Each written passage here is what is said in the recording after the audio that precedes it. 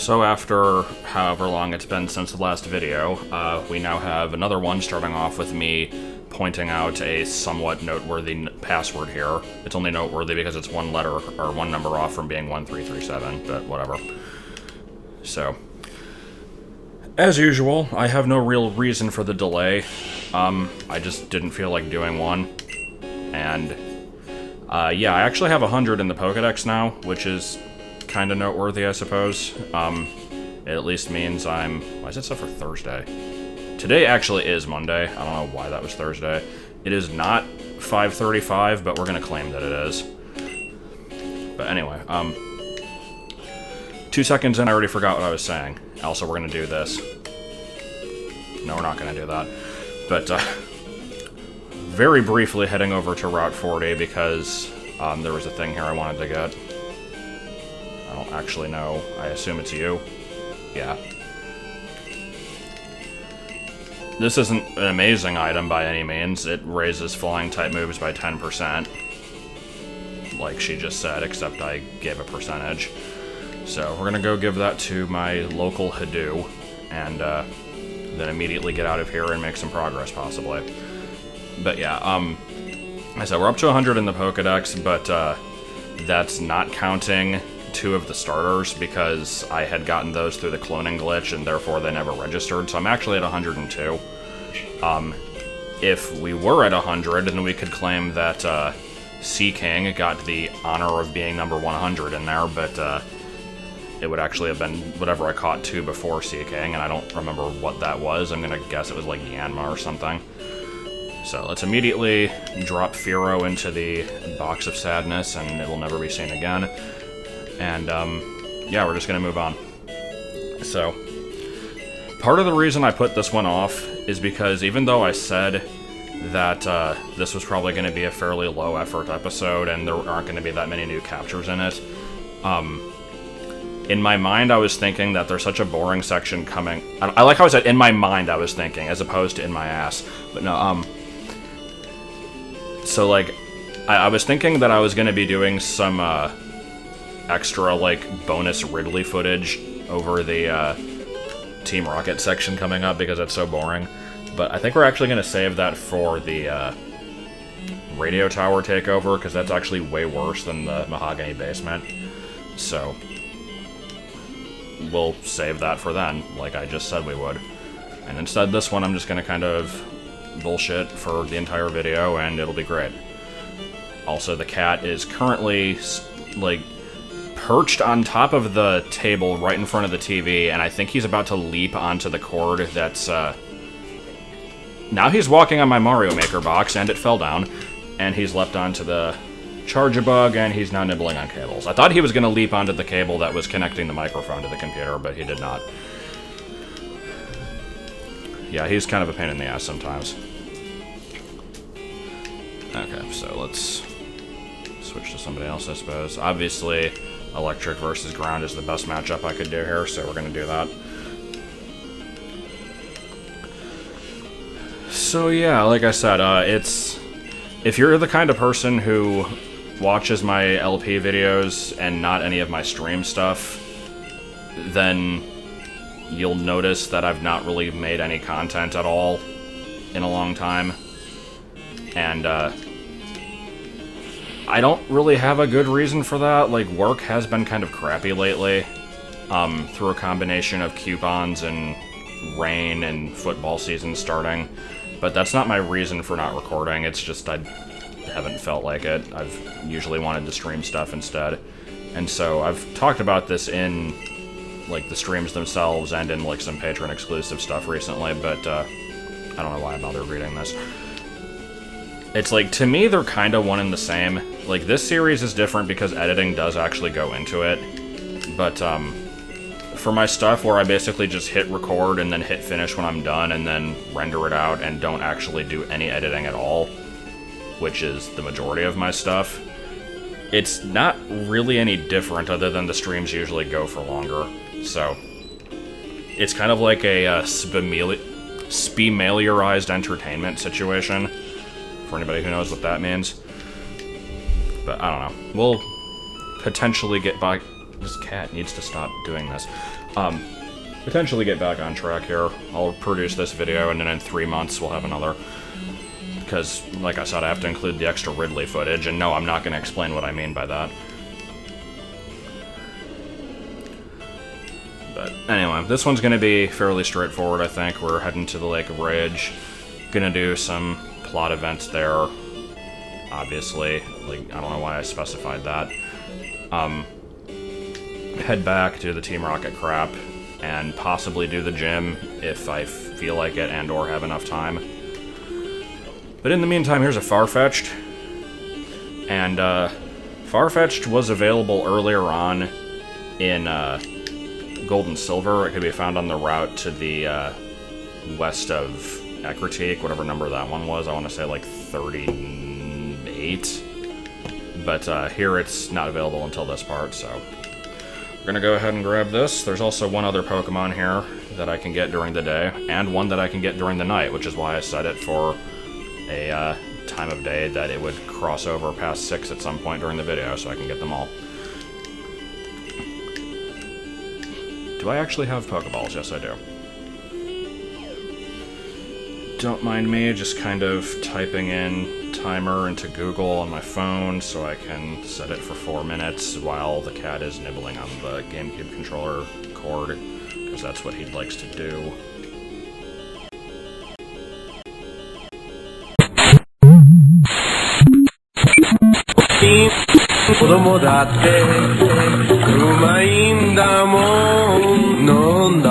I will be back when that is done.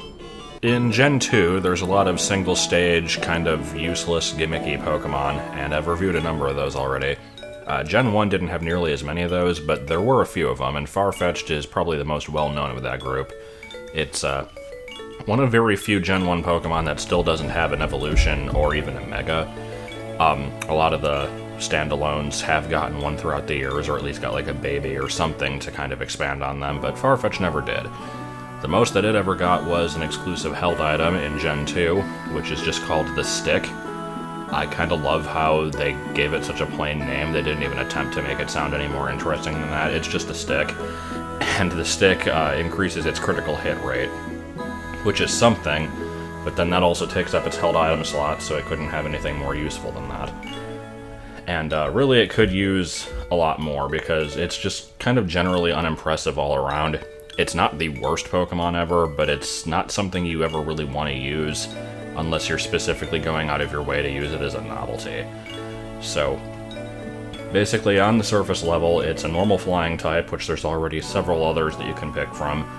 It's usually really rare or exclusive to an in-game trade. And in Gen 1, other than Yellow, you specifically had to catch another normal flying type, either Spearow or Pidgey, depending on what version, and trade that to get the Farfetch'd, so you already basically had to give up a better Pokemon to get it. And then, when you get it, it's stuck with a stupid nickname, either Dux or in the remakes, Chiding, and then you'll basically find that it's not really worth your time. It does kind of learn some decent moves in the later generations, and in Gen 7 they actually buffed its attack stat by 25 points, which is nice. And it can do at least some damage with the whole critical hit gimmick, especially since apparently in Gen 6 onwards, the way that they changed the formula makes it so with the stick it'll always critical if it uses a move that has a high critical hit rate. So it's like, it's got some stuff, it's just not really enough. And it's just one of those Pokemon that everybody's always wanted an evolution for. There's a ton of fan-made like evolution drawings of like a samurai duck using the leek as a sword and that kind of stuff. And apparently in the beta of Gen 2 we almost got one of those, although it wasn't exactly what people were asking for. It was a little bit different looking. But it was in the beta, and then they just removed it and they never went back to it for whatever reason. I've always seen that evolution named Absurd, with like an apostrophe before the D at the end. I still think the name Unleekly is better, but it doesn't have the apostrophe gimmick. I don't get why the apostrophe is there anyway. It doesn't save on the number of characters being used or anything. And I also feel like they could have gone the Roselia route and given it a pre-evolution at the same time called Farfetch'd, but I don't know. So, as for the origin of this thing, people will claim that it's from some sort of like folk tale, but it isn't at all. It's basically just a Japanese proverb that translates to "a duck comes bearing green onions," which effectively just means like something that's unexpected but convenient. And the phrase can be shortened to Kamo Negi, which is its Japanese name. Basically just means duck and leek. And the English name is just, it's Farfetch'd, but with an apostrophe thrown in for no reason. And Farfetch'd just means unbelievable or unlikely. Hence my feeling that unlikely would make a good evolution name. But yeah, I don't know. It's a really weird one. I kind of like it, but at the same time, I kind of don't. Oh boy, Furet. So, when you look at the Johto Pokedex, kind of like from the very beginning, you've got your starters, you've got the early route normal, bird, and bug types, and when you compare those to the Gen 1 counterparts, pretty much every one of them is kind of like worse than the originals. And this is coming from someone who generally likes a lot of the Gen 2 designs, but in terms of actual stats and usability, there's like this serious downgrade going on in a lot of these cases. And given that this is the inferior Raticate, and Raticate was already kind of bad, then we're not looking at anything too great here. So I'm going to save the stat stuff for later. Going purely over the positives, I do think it's a cute design. I don't think anybody would really argue that. Obviously it's a ferret, and its name indicates that. It's fur and ferret. The Japanese name is Ootachi. If you may remember, Ootachi was just Sentret's name. It comes from tail and stand and weasel. And then this just adds another O to the beginning because that means big. And for quite a long time, I thought that two O's in a row in Japanese would just be pronounced oo, but it's not. It's O-O as two separate syllables. So yeah, also, I gotta point out, Gen 2 has 3 Mustelids in it. It has this one, it has Quilava, which is like an identical design, and then it has Sneasel later on. I don't know why they did so many of those in one generation. But anyway, going into what this thing can do, not a whole lot. Its stats are kind of middle of the road. It has decent enough speed. Its HP is okay. That's about it. Its moveset is extremely forgettable. It doesn't really learn anything all that great, not even in the later generations. Like, it gets Hyper Voice at a high level, but big deal. And being a normal type, it of course has access to a lot of different TMs of different types, but that's just kind of par for the course. It's not anything that Furet can do specifically.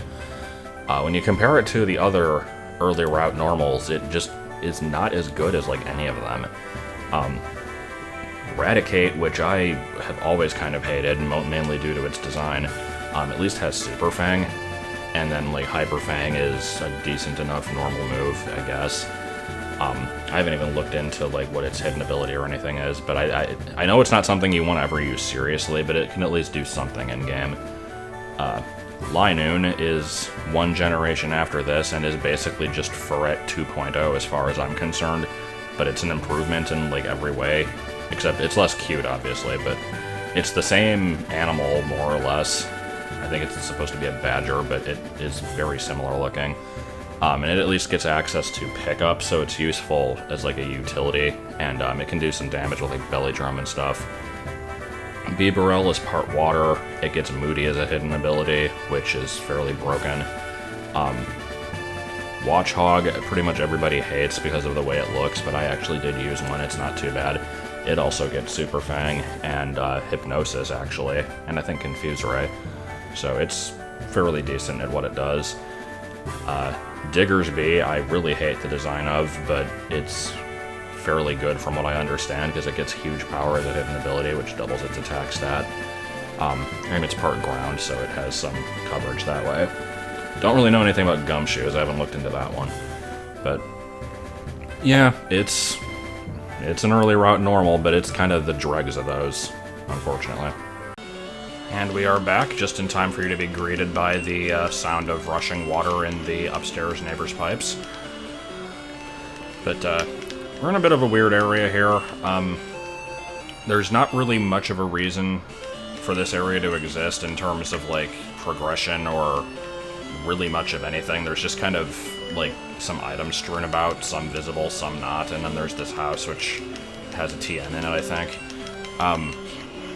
This area is really weird in the remakes also, because it's like, on certain days of the week, it'll be flooded. And so, like, depending on what day you come here, you can access different stuff. Like, you can surf around and you can, like, see the treetops poking out of the water. And it's kind of interesting, but still kind of useless. Like, not everything has to have a point, and I've gone on at length about why that's part of the reason why I kind of like Johto, because it feels more like a region and like that could exist rather than just like a series of pit stops like that you visit as part of your journey. So this is Hidden Power, right? Yep. Also, I believe that was where I caught a Cleffa that I named a Gutsy Bap in my like randomized run of this that I never finished. Or not this, but, you know, Heart Gold. So, Hidden Power is a weird one. I might eventually put in the effort to find out what type it is on all of my Pokemon.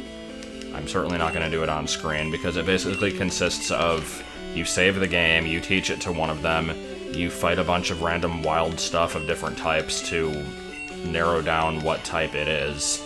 If it's something good, then yay. If it's something bad, then you reset. But yeah, it's like, just in case you don't know how Hidden Power works, there's a formula that is based off of your Pokemon's IVs, where, like, it just does some kind of calculation with those, and then it determines what type it is. Like, it can be any type except for normal, but it also determines what base power it is in the early generations. I think in, like, Gen 5 onwards, I want to say, they made it so it's always 60. But I think in the earlier games it could be anywhere from like 30 to 70. So, like, even if you get the type that you want, it could still be complete trash. And, yeah, Hidden Power is, like, it's usually one of those things where, like, if I'm doing a playthrough, I'll usually check what types my team has, like, once I get the TM, just to see if it's worth using on any of them. But it's like one of those situations where I'm really glad that I'm not a competitive player, because if I was, then I'd have to take it into consideration with certain stuff. Like, I'm sure I've probably talked about this one before, but I think one of the worst, like, stories of just really awful resetting for Pokemon is Pokemon XD getting the Zapdos that knows, was it Extrasensory, I believe? Trying to get that one with a good Hidden Power, and also with just generally good IVs and with the nature you need, given that, like, you catch it in a battle at the very end of the game with 5 other Shadow Pokemon along with it in the same battle, and this is immediately after catching Shadow Lugia. And it's like, once you beat that fight, I think the game autosaves and, like, goes through a whole, like, all the credits and everything, and then you don't even get to find out what its stats are until, you can purify it and check those. So it's like, you basically just have to beat the game to get a chance at it. There might be less to it than that. There might be, like, a better way, but I'm not sure what it would be if that is the case. Also, I just remembered, one of those trainers I fought off screen with the Nidoking said, my Nidoking was right on, I think is what he said. And I'm wondering if that's a joke, that it looks like right on. If so, that's really weird. But anyway, here's a thing. Let's go ahead and save before we fight this. So I'm sure everybody knows what this thing is, but it was a pretty big deal back in the day. I like that one little note before the battle. It's a Brr.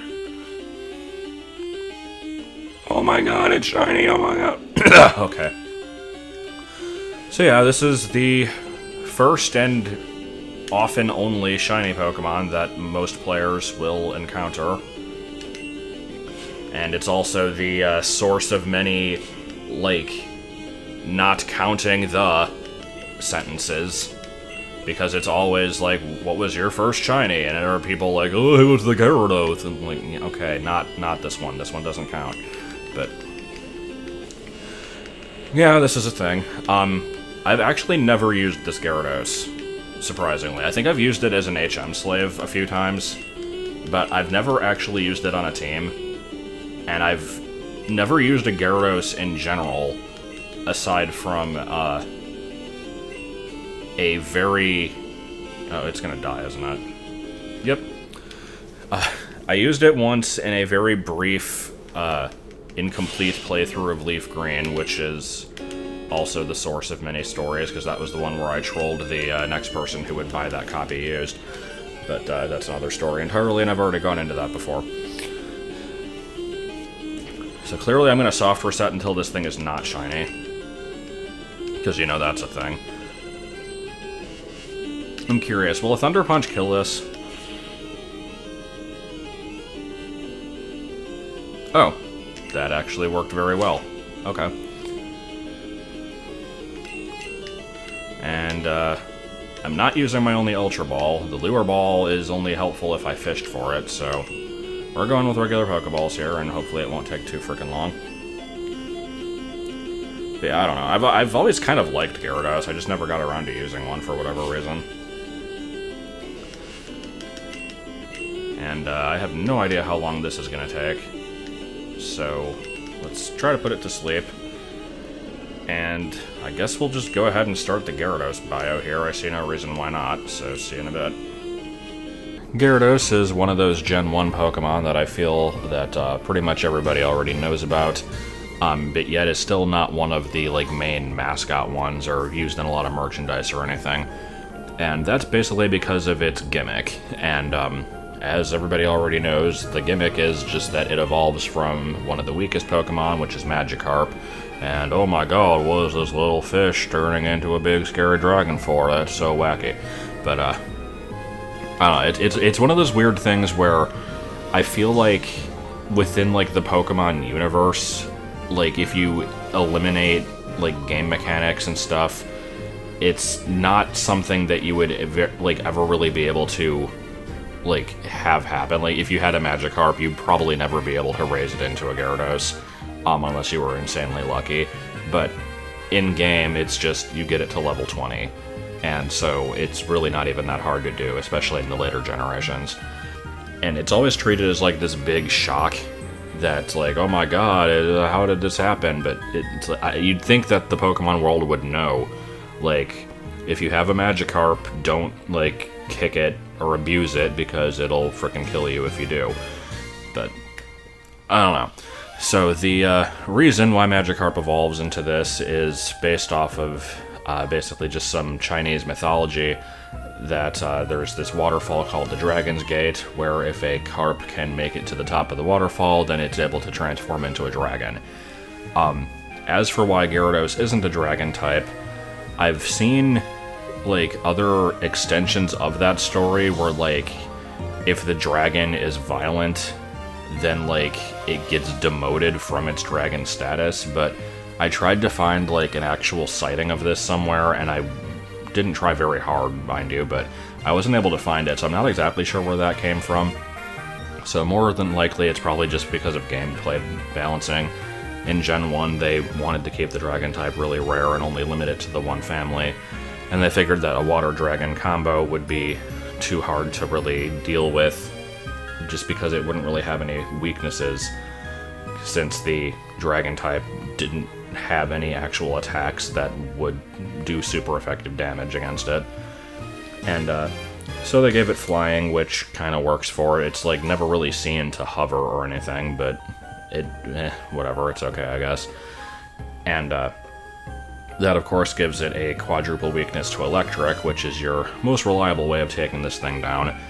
It is fairly formidable if you go into a battle against one without really being prepared for it. It definitely has a high attack stat, and it can actually tank attacks pretty well too if they're not super effective against it, so you just kind of have to hope you have an electric type.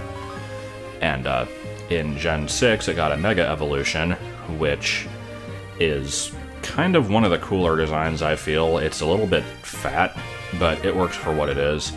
And instead of going the obvious route and making it dragon hair, they actually made it part dark, which works well for it.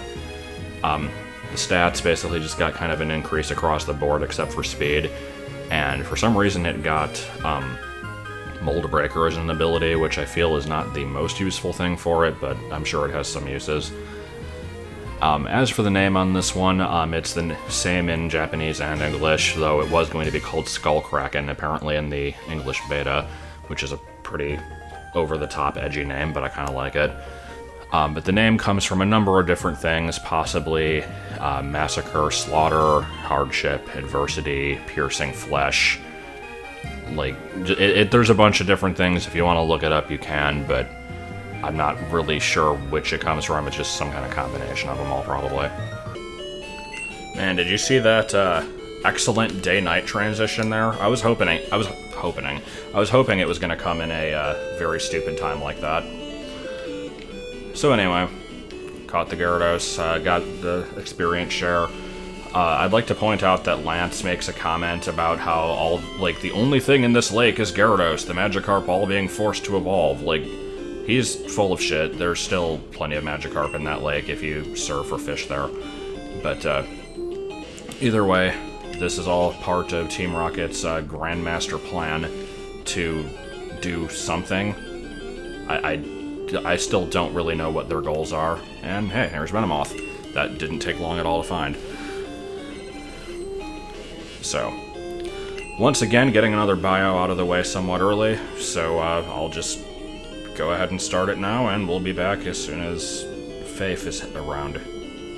I already talked about Venomoth a bit back in the Venonat bio from back when I caught one in Ilex Forest, so I'm not going to completely repeat all that stuff again, mainly the stuff about the whole Butterfree Venomoth sprite flip controversy, and just the fact that it kind of falls in between being like the early game semi-useless bug type and the late game really good bug type.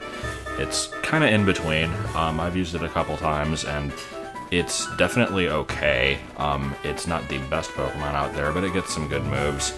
Actually has some pretty decent abilities to choose from also, and I used it once in Gen 1 and once in Gen 3. I imagine using it in a later game when it has access to the expanded move pool and the physical special split. It's actually a pretty decent team member, because it does get some reasonably high power attacks. It's got a high special attack. That, and it also gains access to psychic moves, in addition to bug and poison, so it has some coverage with that also. It's kind of well known for having psychic moves for some reason, or at least that's how I've always seen it. Occasionally you'll see these topics pop up where people say that there should be like certain Pokemon with 3 types, and Venomoth often mentions one of those as being like bug, poison, psychic. I'm not entirely sure why it gets noted for that so often, because there are plenty of other Pokemon that learn moves outside of their types, but to be fair, it did also end up on Sabrina's team in Gen 1 for some reason. It was the only case of any gym leader actually having a Pokemon outside of their type in Gen 1. But the gyms themselves were kind of weird, because I remember Koga's gym getting a lot of stuff like Drowsy, and it was just kind of mixed up and unusual overall. But it also falls into the category of being a thing that flies that is not a flying type and also doesn't get levitate. That seems to happen a lot with bug and poison types, because it also happened with Beedrill and what's-his-face, Dustox.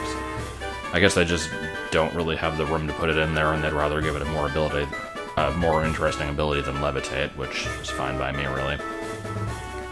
So, as for what this thing's based on and where the name comes from, most of it's pretty obvious. Although I will say that Venom is kind of incorrect here, because that refers to if something has a bite that can like kill you or make you sick, whereas Venomoth is more known for kind of just like having poisonous, like, scales or dust that comes off of it. So that would be poison, not venom. Usually you see people get that wrong in the other direction, but I guess it still works. It does learn Poison Fang for what it's worth. And in Japanese, its name is Morphone. I feel like it's probably just a reference to morph because it's like a metamorphosis from a different kind of insect, but there is also a type of butterfly, or rather a genus of butterflies called Morpho. And if you're wondering why it's named after a butterfly and not a moth, that's just because they're really, really similar. I mean, even just from a basic standpoint, they look similar, but even from a scientific one, there's not much really distinguishing them. It's mostly the shape of the antennae, actually. Like, usually moths are nocturnal and kind of look a certain way and are, like, fuzzy, but not always, so it's just kind of arbitrary in a lot of cases. So, it could be based off of that, it could be based off of one of the Arctinae moth things, but I don't know, it's basically just a poisonous moth. Looking through that list there, I apparently got quite a few decent items from this Lake of Rage section, but whatever. So, what happened during that? Not much, because I was just battling a Venomoth, but at the end there I did pull out a couple Magnemites, which are not Voltorbs.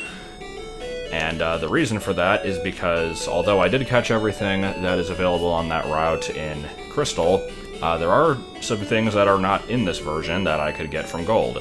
So we're actually going to go ahead and grab those real quick, like. Have to actually turn on the game first, that is probably something worth doing. But yeah, I've talked about the struggles of basically playing through the same game twice and getting kind of bored with it a few times. This is the trading area, right? Or is this the battling? Yeah. Sorry, getting caught up here. Yes. I have to first cross-dress in order to enter the room because that's important. But yeah, like, getting up to just this section where I am now isn't too hard to get, like, in Gold or Silver, because, like, you don't even have to beat the other gyms to get here. You can just come here straight after Recrutique, basically. But there is still a Pokemon that I needed 7 badges for, and that is what I've actually played up through. I still am not going to trade that one over yet, partially because I haven't actually caught it yet. But, yep, we've got ourselves a couple new things here. Flaafy is just, of course, an evolution, but I figured I might as well do that rather than breed the Mareep and evolve 2 of them. I might as well just trade the evolution over. Why not? But the other one here is Girafarig, and I don't know why they didn't include that one in Crystal. It seems like kind of a strange omission. Like, they always want to leave some Pokemon out of the 3rd version so that it's not, like, 100% superior to the originals. Like, there has to be something that the old ones had going for them. In this case, it's the Mareep family, which is very popular. Girafarig, which I kind of like, but not many others seem to. And I don't even know if I've mentioned what the other family is, but it's the one that I couldn't get until I had 7 badges, so we'll be seeing that one probably in the next couple videos.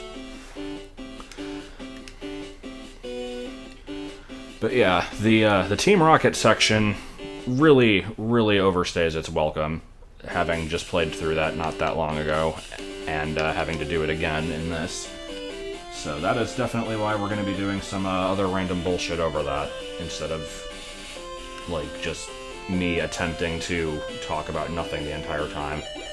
Because it's not like there's even new Pokemon I can catch during that area, so I won't even be able to insert bios in it. Now these two, I'm going to be inserting pretty shortly once I do the Team Rocket basement area, because there's kind of some dead parts in that. I figure I can stick them. But yeah, that is not the case with the radio tower. That place just kind of blows.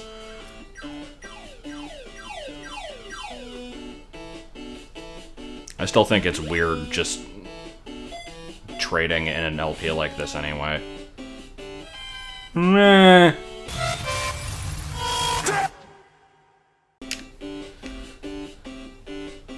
Or just in general, really. I still have very limited experience with really trading, like, at all, but especially not in the older games that use the link cable. Can't press up to get to the bottom, that would be too easy. Alright. Well, that's all done, so let me go ahead and turn off the other game here. It should be saved after the trade anyway, so I don't have to save again. And let's stick these new Pokemon in the trash where they belong. No, I kind of like Girafarig. I can't talk shit about it. I also can't talk shit about Total.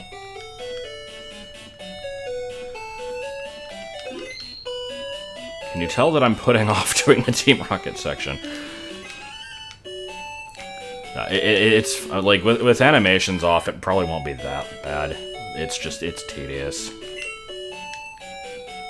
I don't know if I've ever mentioned this, but I like keeping the boxes 19 out of 20, just kind of out of habit, because you can't, like, if you're on a box that you want to withdraw something and you have a full team, you can't deposit into that box to pull it out because it's full, so it's like you have to switch and go through all this trouble, so I just like to do that in order to prevent some annoyingness. I would go get my HM mules, but I'm not going to need them in the basement, so... Anyways, oh yes, I'm out so late at the ripe hour of 6 p.m. Yeah, I still, like, I've played through the Gen 2 games and their remakes a number of times, and I've seen other people play through them, and I still don't know what the hell Team Rocket's plan is. Like, they want to make all the Gyarados evolve, or the Magikarp evolve, and... yeah, Gyarados is, like, a force to be reckoned with. The Pokedex is always talking about how it, like, destroys cities and shit, but they're not, like, going out and catching them. Like, you don't battle a bunch of people that have already gone and done this, or have, like, other evolved Pokemon to use or anything, so it's just kind of stupid. Also, this music. Could this music be any more abrasive? So, I don't know. And then there's their whole other thing with, like, we're gonna take over the radio tower so that we can contact our boss, who wants nothing to do with us, but that's a story for another day. Except that was pretty much the entire story, so I don't know how I'm gonna get any more out of that. So, get familiar with, this Drowsy and its particular cohorts. I'll explain why in a sec here. But, we'll go ahead and fight this guy, like, properly once. I don't know why I said properly. But, yeah, it's gonna happen a few more times after this, just saying.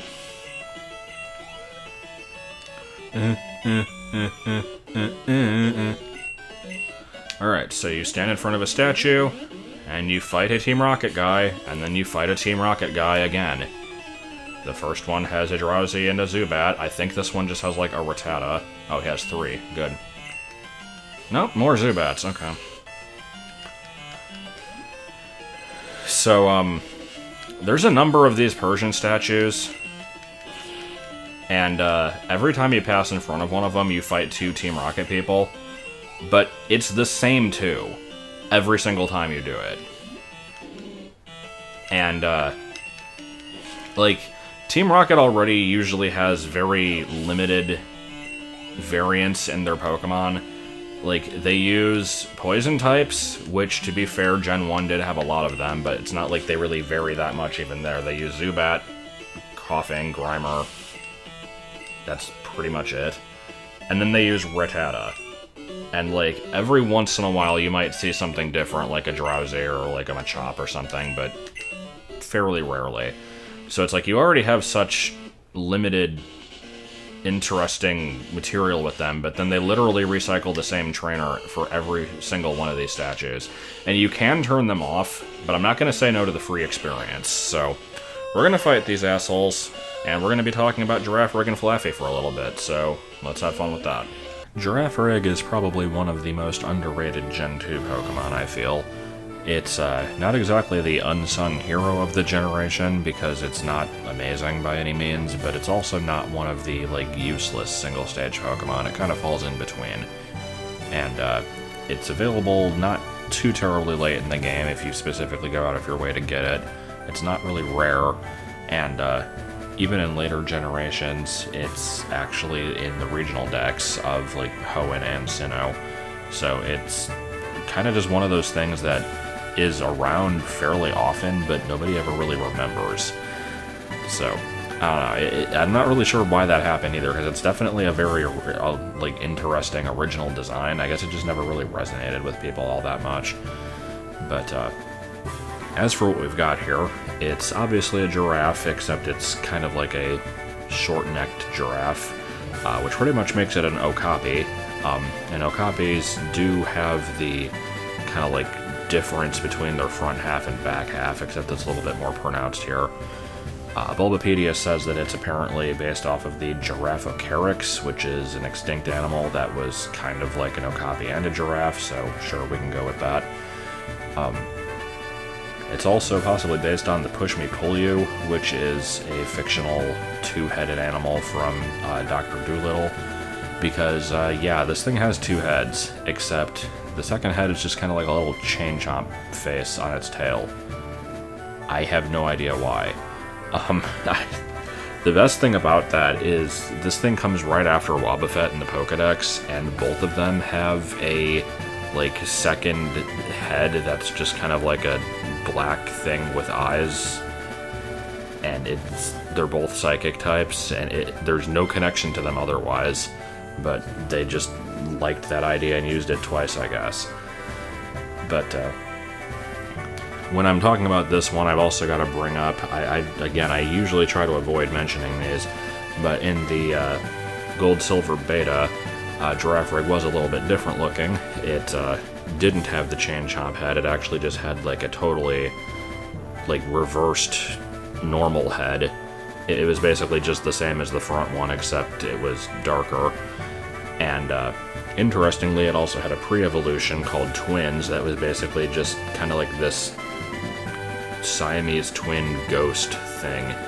It was really unusual, but it's even weirder that that would evolve into a giraffe because it looked nothing like one in its first stage, so I can kind of see why they got rid of that one. So name on this one, you have your giraffe part, obviously, and it is also a palindrome. Halfway through the word, it just starts spelling itself backwards, and that makes sense with the motif. The Japanese name is essentially the same thing, Kirin Riki. Kirin is giraffe. It also refers to like a mythological animal, but also just giraffe. And because it's syllable-based instead of letter-based, Kirin Riki is the same backwards and forwards, so it works out well there too. Other than that, it just kind of has an unusual typing. It's normal and psychic, and up until B-Barrel in Gen 4, this was the first normal type to have a secondary type that wasn't flying. And it makes sense with it being like a two-headed thing where the second half is different from the first half, but the second half always seems more dark than psychic to me, so I don't really know why they went with that, especially since it's not really ever said to exhibit psychic power, but it's an okay type. It's interesting, and overall I just kind of like it. Flaafy is the evolution of Mareep, and along with Skiploom, it is one of the only middle form Pokemon that is part of a like 3-stage evolution, outside of the starters and the pseudo-legendary. Which is good, because that means you won't have to hear me say it's a middle form evolution and is therefore kind of forgettable, because that's what I say for pretty much all of these, and it's because it's true for pretty much all of these. Flaafy is not exactly one of my favorites, and that's unfortunate because I really like Mareep and I really like Ampharos, so it just kind of falls in between them and is fairly forgettable and generic and kind of lame, honestly. And I'm not really sure why that is. It could be because it's pink. It goes through a lot of... It basically goes from blue to pink to yellow, except I always think of Mareep as being yellow instead of blue because most of what you see on it is the wool, which is yellow. So it just kind of goes through a weird color change, which, interestingly enough, Hoppit also does, which is the other 3-stage evolution. But, it's that, and then it's also just the fact that in most of its artwork and sprites and stuff, it's sitting down, which shouldn't be a problem, but I always just imagine this thing as kind of being like a big teddy bear, and like, not in the Teddy Ursa sense, basically just like this thing that can't get around. And I know that's stupid because I'm sure it does, it's just, for some reason, it's always shown sitting down, and so I always just get that vibe from it. So, I don't know, I just never really got a great, like, good impression from this thing. But that's okay, because it doesn't take too long to evolve, so I don't have to stick with it for all that long, really. So, as for things that just kind of are, like, aspects of this family in general, it's an interesting case of an electric type that isn't based on speed, because most of them are. In fact, speed is actually its lowest stat. This family focuses more on defense than just being like the quick attacker, which is a nice change of pace. And it also doesn't get Thunderbolt naturally. Like, it can still get it through TM and I think through breeding, but if you're using it in the early games when TMs are hard to come by, or in the case of Gen 2 there is no Thunderbolt TM, then you're going to be stuck with just regular Thunder Shock for a long time, up until it eventually gets Thunder in the 50s. This has been fixed a bit in the later generations because, again, they've fixed how TMs work and made them a little bit more available in many cases. But also because it just gets stuff like Electro Ball and Discharge, and those will do well up until you can get something that's possibly better. Also gets Power Gem for some reason, I guess because it just has a gem on its head, but I don't know, it's interesting coverage at least. So the name on this one is basically just Fluffy, but with Ba put in it because it's a sheep. We gotta have a sheep pun, I guess. I don't know. I always thought it was really weird that it's spelled with 2 A's and 2 F's. It's kind of awkward. Bulbapedia suggests it might also be based off the AA battery, which I never considered, but that would be an interesting idea, I guess. Nothing about it screams battery, but then again, nothing about Mareep really screams Mary had a little lamb, other than it being a lamb, but whatever. And Japanese name is Mokoko, which comes from Moko Moko, meaning fluffy, and Yomo, meaning wool. So, overall, I've spent 4 minutes saying this thing's kind of forgettable, and that's my conclusion. It is. Alright, what was that? The 4th or 5th set? I don't even remember. Also, here's a random warp tile. I don't really get why it's there. It doesn't need to be. But, alright, here's another guy that I haven't fought. I shouldn't have taken the warp. Here, let's put you in front. I'm actually trying to hold off on hitting level 30 on a couple of these because there's actually a couple evolutions coming up. I mean, I don't know why I worded it that way, like, it's pretty obvious which ones they are. But, I definitely didn't want to have them happen while I was in, like, post-commentary mode.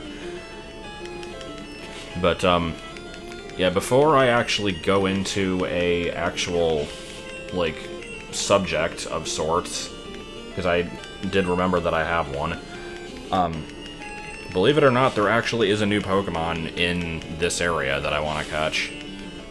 It's not a terribly impressive one, but it is new. And believe it or not, this is, like, the only place you can catch it up until, I think, like, Kanto, honestly. Come on, can I hit level 30, please? What is this 4 Rattata bullshit? Like, really? Ugh. Hyper Fang. Oh, okay. See, I actually thought that was going to kill me because Hyper Fang's a fairly decent move, but then I remembered, it's a level 16 Rattata this late in the game. Okay, so let me, let's actually get this evolution in here. because it's been a long time coming. I don't know where the Pokemon is that I want to catch, so I'm assuming I'm probably going to run into a couple others that I don't want before that happens. Yeah, that was a coughing. But yeah, these tiles just have wild Pokemon in them, and basically it's just 3 things that can blow up.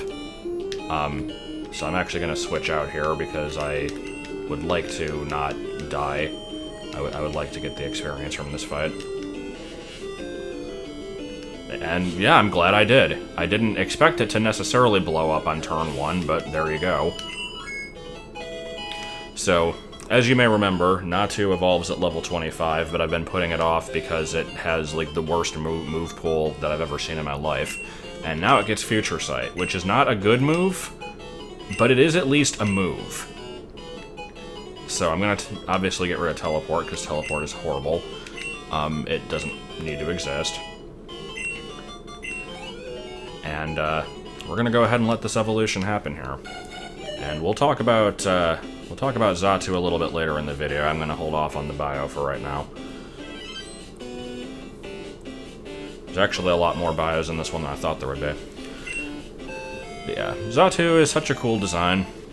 I've always wanted to use one, I just never got around to it, and seeing how awful its move pool is, I can't say that I blame my past self for that. So yeah, let me lead with my thing with 2 HP left, because that makes sense. Alright, how long until I find the thing that I want? Not very long at all. Because here's Voltorb.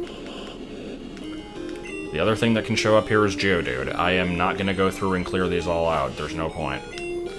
But, if I can manage to snag this thing before it blows up... Like I said, if I can manage to snag this thing before it blows up, that would be nice.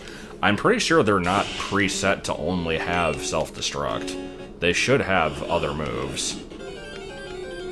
But, I mean, if I have to throw a ball on turn 1, I will. I just feel like I shouldn't have to. But yeah, where else does Voltorb show up? I'm gonna actually try to look that up real quick. I don't think you can get another chance to find one of these until, like, Route 10, which is the one near, like, the power plant. Do I have... yeah. Let me throw a ball at a ball. That seems like a thing worth doing.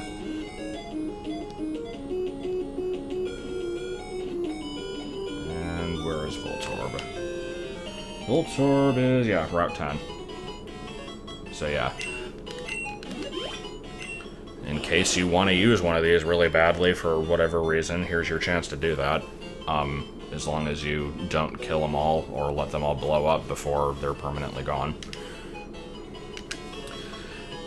So let's clear out some more Team Rocket garbage, and then I will join you after that. Voltorb is a very iconic Pokemon, but I doubt it's very many people's favorite. It's obviously one of the most basic designs of Gen 1, alongside stuff like Diglett and Grimer, and because of that, it's often used as sort of a counter-argument towards Gen 1ers.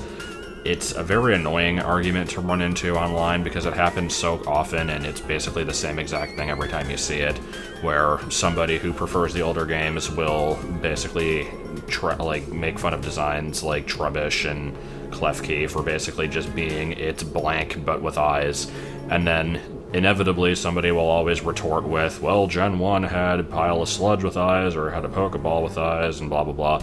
It's just annoying to see, but they're not completely wrong either. It is a very easy design, but it does work for what it is. Gen 1 obviously started off the franchise, so it basically had to sort of design what a typical Pokemon would be like. And when you have things ranging from animal but with an element to ball with eyes, you kind of have a pretty wide range there, and I think it is good to have stuff like this just to sort of diversify things, even if it is a little bit boring sometimes. And Voltorb also does fill the role of being the RPG mimic, because in a lot of other RPGs there will be like chest monsters that attack you, where here you don't have treasure chests, but you do have item balls, which are kind of a whole other weird thing in themselves. We'll probably talk about that with Electrode. And it's you check the item ball, and oh no, it's a bomb, what are you gonna do? So, Voltorb, obviously it's just a Pokeball. There's really nothing else to say about its design there. Apparently, Bulbapedia says that it could be based off the concept of ball lightning, but I don't buy that.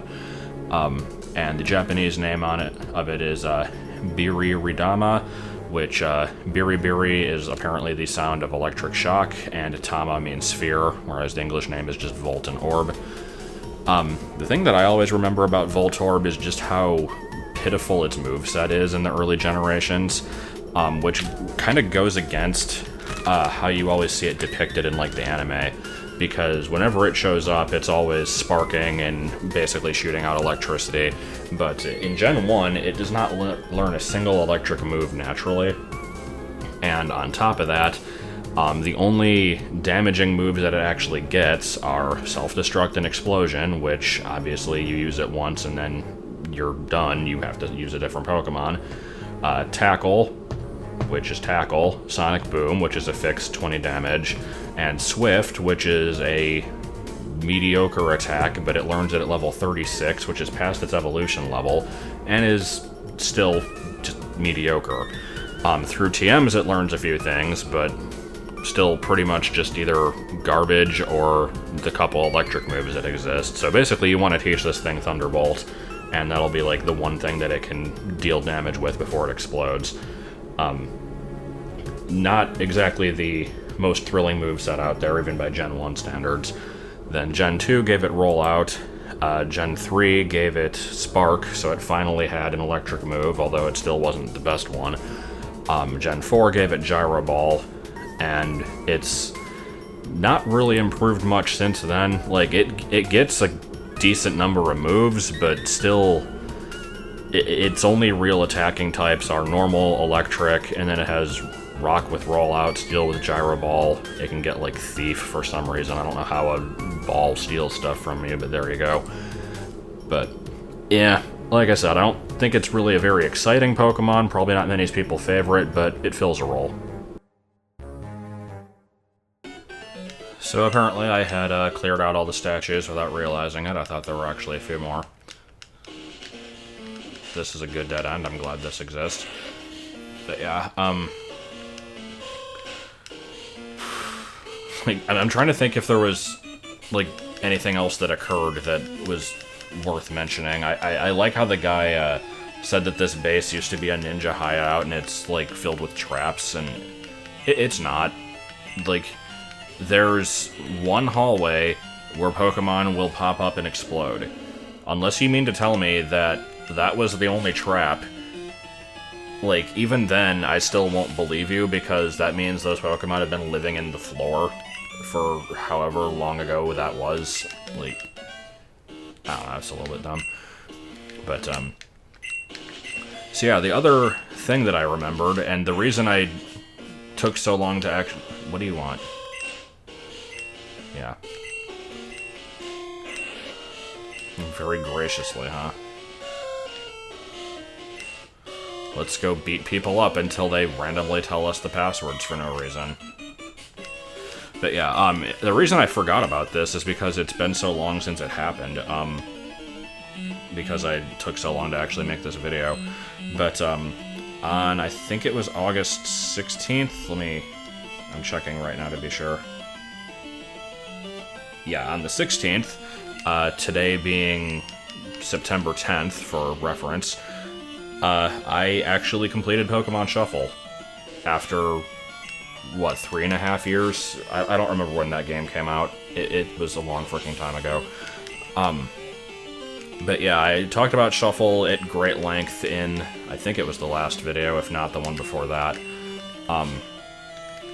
about how I basically only had one stage left and it was complete trash and I wasn't looking forward to doing it. So I spent a lot of time basically trying to level up a team in order to beat it, and I thought I still had quite a ways to go, but on a whim I decided to try the stage, and I actually did end up beating it. It was the Primal Groudon stage that you get from 700 S ranks, And the reason that stage is so bad is because it's only 30 seconds long, and it has a crap ton of HP, and I mean, that's really all you need. It's just, there's a lot of HP and not enough time to do that much damage, so the recommended strategies that I saw were all basically level up Primal Kyogre to as high as possible and, like, max out its skill. And then there were a few other Pokemon that they recommended, like Final Effort Oshawott, which basically if you make a match on the last turn, then it does a crap ton of damage.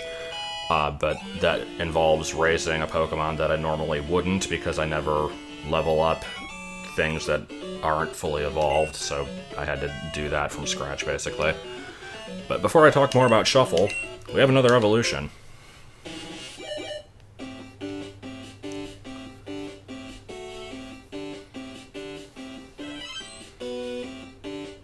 Yeah, it's like moldy. I mean, like, the shiny is so barely different from the regular one anyway, it barely makes a difference, but I kind of want to look at the regular sprite just for comparison.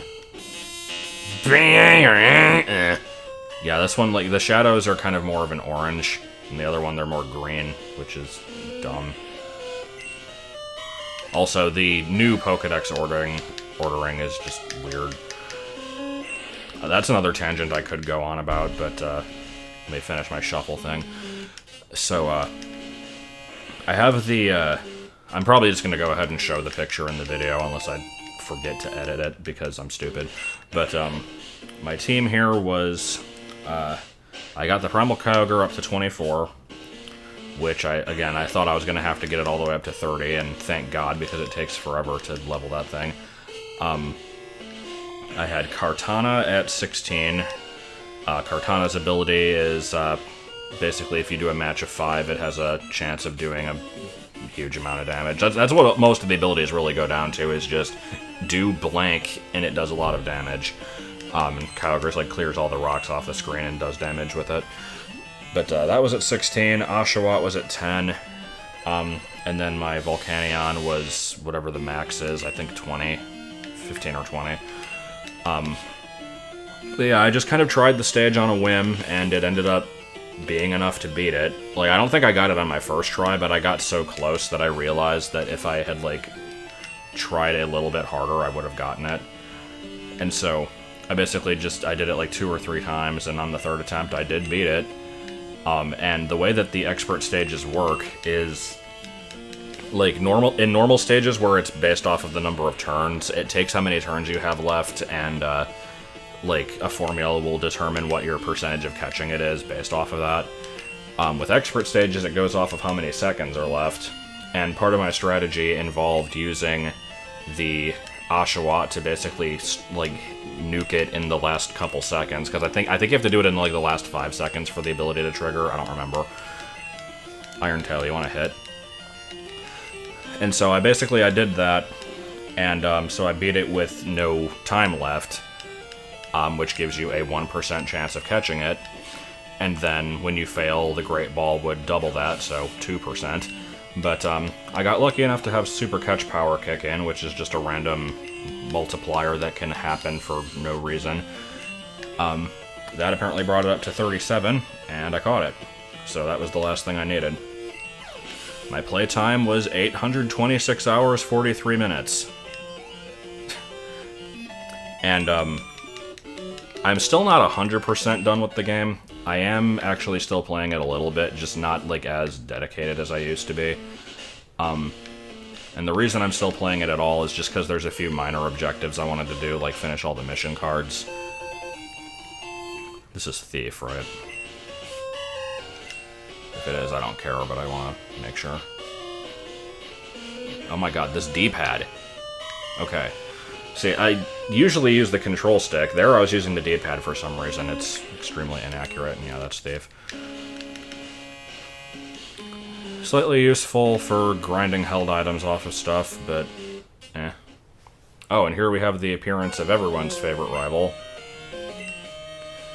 Like, I don't get everybody's love for this guy. He's just kind of an asshole that doesn't really do much.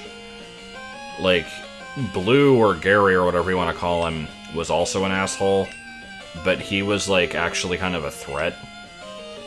And he did, like, he was always one step ahead of you. This guy isn't going after badges, and he, like, hates Team Rocket and wants to take them down, but doesn't. He shows up in their bases, but you never see him do anything. He just comes in, bitches at you, and leaves. Like, I don't get what his problem is. But anyway, one of the mission cards I still needed to do was, I think it was Snorunt stage. You have to trigger the ability Eject Plus 15 times.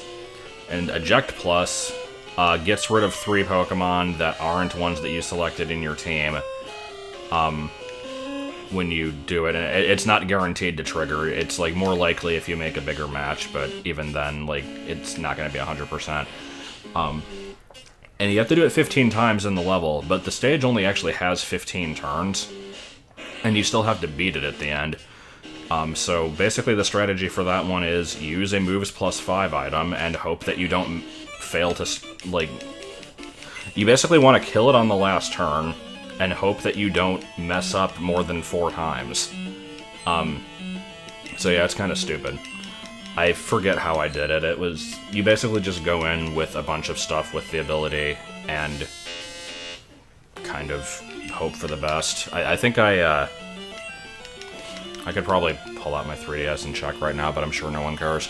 I think I went in with, like, 2 Pokemon that had Eject Plus raised to, like, a pretty high level, and then, like, 1 thing to do damage. I think it was, like, a last-ditch effort user or something. Yeah, I think it was Heatran, but whatever. Also, I keep forgetting to switch what my lead Pokemon is. I don't need to keep using Julia in every fight. But it's not like it matters. Every single one of these battles is just hit A and then they lose. Because, like, even though I'm still fairly underleveled, I'm still massively overleveled compared to these people, and we have the Johto level curve to thank for that, because, remember, I could have gone here and done this before doing anything with Chuck or Jasmine. It's like, in order to do the Mahogany Gym, you have to do this. And in order to do this, you have to do Lake of Rage. But the only requirement for Lake of Rage, I think, is getting Morty's badge. Even that, I'm not sure. You might be able to come here before beating him, but I don't think so. So, I don't know. It's like they tried to be open-ended, and it just kind of backfired. But, anyway, back to Shuffle. Did I explore everything possible? Like, where was progress? Have I even got... I've been talking about so much random, unnecessary crap here that I haven't actually paid attention to, like, if I've gotten the passwords. Yuck, yuck, yuck. So there's Raticate Tail. Did I get the Slowpoke Tail password yet? Because I know what it is, but I don't know if Chloe does. I seem to remember a female grunt giving it to you. Was it her? Yeah, okay. But yeah, the only other mission card I need to do is clear 40 Black Clouds in Yveltal stage, which is also a piece of shit. That level is just really dumb. Oh, right, that's not the right door. Where do I take this password? Certainly not up here. I really should know where I'm going here, and I don't think I've ever gotten lost in it before, but I'm, like, not paying attention to what I'm doing. This is a dead end, right? There was an item down there. Actually, no, this leads to, like, other stairs. I think it is over here.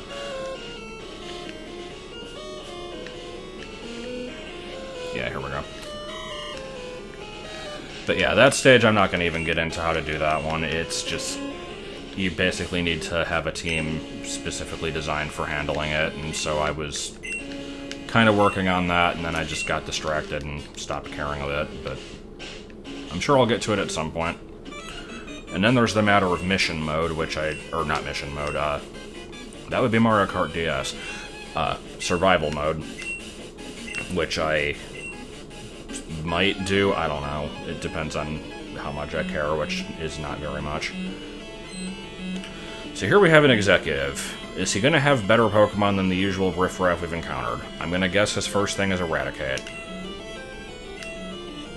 Even worse! Alright. Bringing out the heavy hitters, I say. I know in Heart Gold and Soul Silver, like, the executives actually have, like, names and allegedly have personalities. I don't remember who any of them are. Well, let's see. I know there's one woman. I think her name is Ariana. I don't remember if she has any kind of interesting qualities other than being the only girl. There's this guy with, like, a dopey face that apparently is good at mimicking voices. I think his name is, like, Petrol or something. And then I have no clue what the other two people are. Like, I know one of them is, like, the main big boss guy, but I don't even know what his name was. And then I think there's a fourth one. I don't know. In here, they're all extremely interchangeable. And, like, I think their teams remain consistent, but even then, it's like, whatever. Yeah, let me just run into a table here. So here's just a handy-dandy Murkrow. What is a Murkrow, you may ask? It's certainly not in Johto. We're not going to see one for quite a while.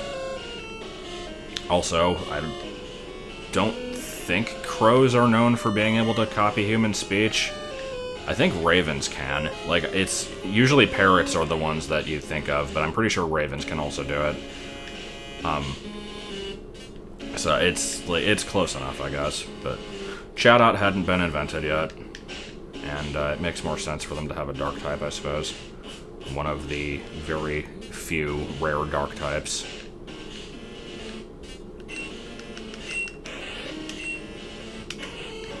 Which you cannot get until Kanto. Not gonna let that go. But oh no! See, I think this would be Ariana. Oh, there's Dragonite out of nowhere to headbutt her. Except that looks like a Charizard sprite, because I think that's like a... Is that a flame on the tail, or is that a wing? I guess it's probably a wing. Either way, it looks more like a Charizard than a Dragonite. So here's where you fight an executive, and Lance fights just a random grunt. Like, I mean, not that she's all that impressive either. At least it's an Arbok and not an Ekans, but level 23. But yeah, we know that that's a grunt because, again, in the remake, they changed it so it's a double battle where you're fighting alongside Lance, and it is just against...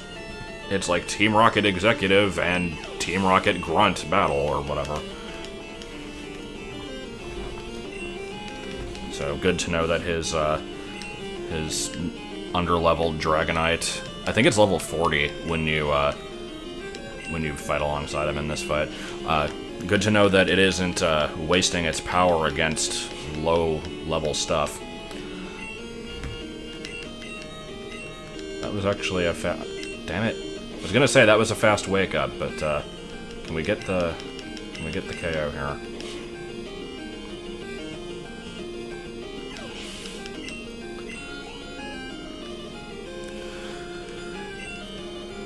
There's a Murkrow. So if you didn't know what one was before, I mean, I'm not talking to the audience. I'm saying, like, if you're playing this game for the first time, and are like, Murkrow told you the password, but what's that? Then you get to at least see what one is, and then you're like, hey, that looks cool. I want to use one of those. Nope. Much like Houndoom that we'll be seeing later.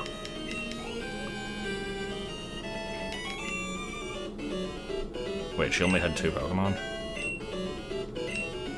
Was there something after that? No, never mind, it was 3. Arbok, Gloom, and Murkrow. I'm, like, already forgetting what I did 2 seconds ago. Total success. Man, we sure did manage to do something.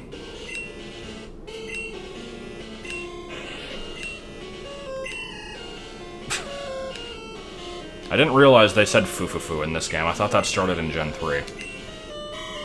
And then there's going to be that one person that's like, well, actually, in Japanese, the F is pronounced like an H. Even though I don't think that's true, but I don't know. Alright, so remember how there was a, like, finite number of Voltorb hiding in the floor? Here we have the, evolution of that. A finite number of Electrode hooked up to a random machine. And connected with, like, Cave of the Past style intestinal tracts, apparently. So let me go ahead and actually lead with James here so I can use Hypnosis. Because I believe, like, even if you, like, even counting Kanto, I'm pretty sure these are the only Electrodes in the game, so I definitely do want to catch one of these. Also, I've realized that I have actually gone through the hideout and did not do the Xatu or Electabuzz bios yet, but whatever, we'll stick those in the gym, I guess. I like how I said I was gonna put it to sleep and then just didn't, but we got a flinch, so... Oh, you piece of shit! And yeah, I could, like, not save Scum and just try to, like... If I don't get it on the first two, then I can get the third, but eh. Also, I'm always paranoid, like, when I get to this part of the game, I'm always worried that one of these is going to be shiny. Because if it is, like, good frickin' luck catching it before it blows up. It's not like you even have the Master Ball to use as a, desperate attempt, because you don't have the Master Ball yet. When do you get Master Ball in this game? Is it... I think it's after the 8th gym. Clearly I will clone it and use it on everything. No, I'm not gonna do that. I mean, look at me using plain Pokeballs. Do you really think I'm gonna do that? I did do it in, Coliseum. Not gonna lie. Except I didn't use it on everything, I used it on, like, maybe 4 things. Including... that one asshole's Tyranitar, because it was basically destroying my entire team and I had to get rid of it. So, this is taking longer than I thought it would. We're gonna catch this thing eventually, so I guess let's go ahead and put the bio in here. Electrode is the evolution of Voltorb. It basically just is a Voltorb, but bigger, and the colors are inverted and it has a different face, so there's not really a whole lot to say about it that is unique to Electrode specifically. Because of that, we're going to go on a bit of a tangent here, but just to get the mandatory stuff out of the way, the name, it's literally just Electrode is like an actual word, but it could also just be electric plus explode, which would make a little bit more sense. And the Japanese name is Marumine or Marumine.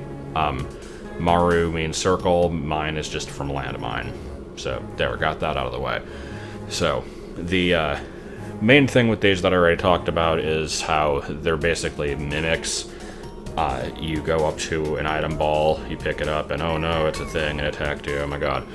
But the problem with that is, it only really works in the limited graphics of the games that kind of ignore the sense of scale, because Voltorb is significantly bigger than a regular Pokeball, and Electrode is, like, kind of huge, actually, so there's really no way that you could ever mistaken them. You could say the same thing about Foongus and Amoongus, but that's a whole other story. But, yeah, I don't really see how that would work, and they never explain it in the anime or show that off, so I basically just say it's a case of limited graphical capabilities making something possible that shouldn't be. But it is mentioned in the Pokedex, so I don't know.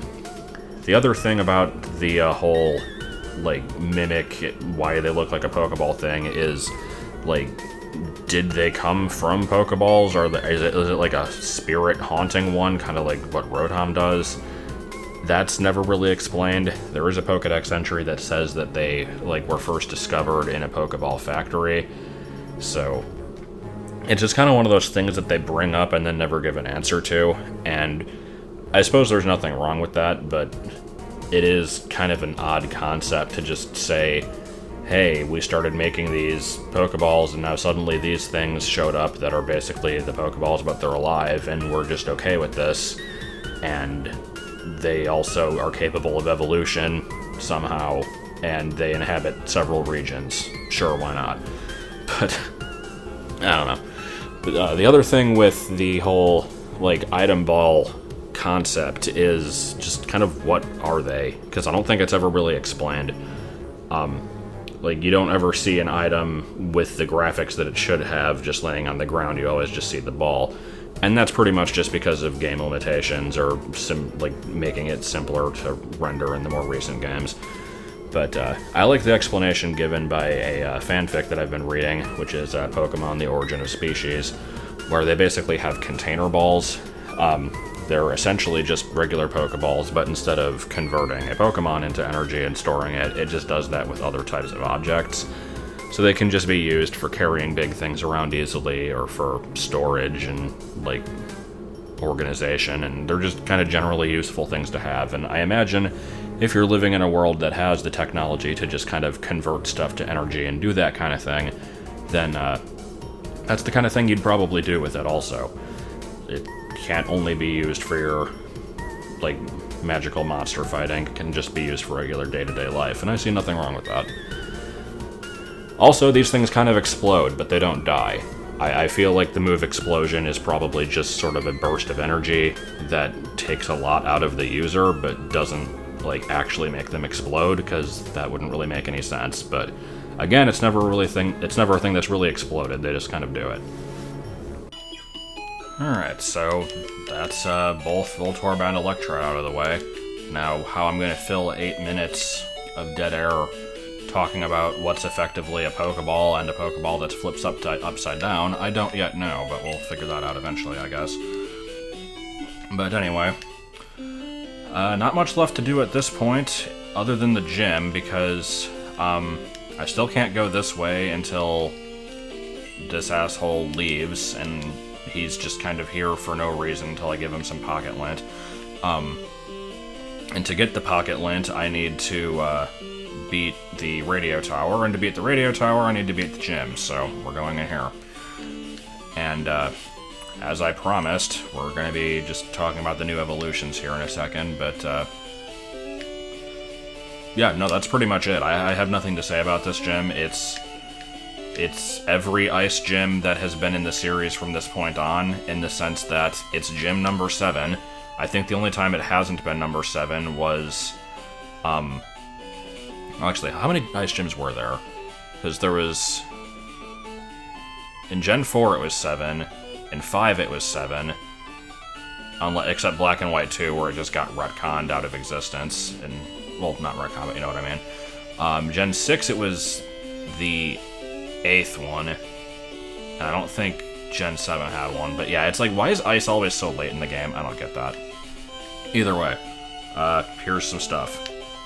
Xatu is the evolution of Natu, and it's basically a mishmash of a lot of different concepts from various cultures and religions in, like, pre-colonization Americas, is really the best way to put it. There's a lot of different stuff that's going into its design, and I do not claim to be an expert on any of them, and I'm probably going to mess some of it up. But, to start with the basics, the name comes from the word Xat, X-A-T, which is a specific type of totem pole, and the Japanese name is Natu, which just comes from the word native. This is one of those Pokemon that apparently had a beta name, where Natu was actually called Xatu, and this one was called Zoko, X-O-Q-O. Again, I don't know if these are true or where they came from, but that's at least what I've heard, and if it was a thing, I couldn't tell you what that name came from. But as for the design inspirations on this one, like I said, there's a lot of them. It does resemble a totem pole, especially since it has eyes on its chest, so it could basically just kind of be like two of the faces stacked. It kind of looks like that a little bit. It looks a little bit like a teepee. It apparently resembles a Kachina, which I had never heard of before.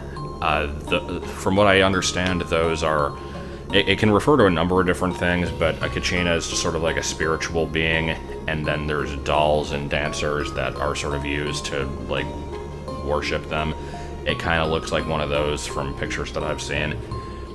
And then there's the Resplendent Quetzal, which is a green bird that kind of just vaguely looks like Xatu. And apparently it was associated heavily with Quetzalcoatl, which was a Mesoamerican deity of sorts, the flying serpent. So, I don't know, like I said, there's kind of a lot of stuff in here. I don't know how much of it is relevant, but I think they just sort of took a bunch of elements and decided to just incorporate them into one design, and I think it worked fairly well. It is a cool design.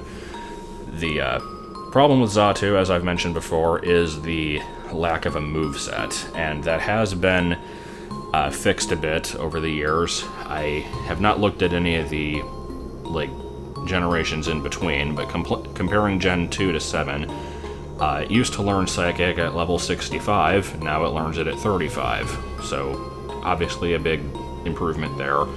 That was also the only Psychic move that it used to learn, and now it has access to a few more things.